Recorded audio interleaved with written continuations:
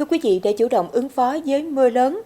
lốc, sét, mưa đá, ngập lụt, sạt lở đất và gió mạnh trên biển, Chủ tịch Ủy ban Nhân dân tỉnh Đồng Tháp yêu cầu thủ trưởng các sở ban ngành tỉnh và Chủ tịch Ủy ban Nhân dân các xã phường có liên quan theo chức năng nhiệm vụ được giao tiếp tục triển khai thực hiện nghiêm chỉ đạo của Ủy ban Nhân dân tỉnh về công tác phòng chống thiên tai.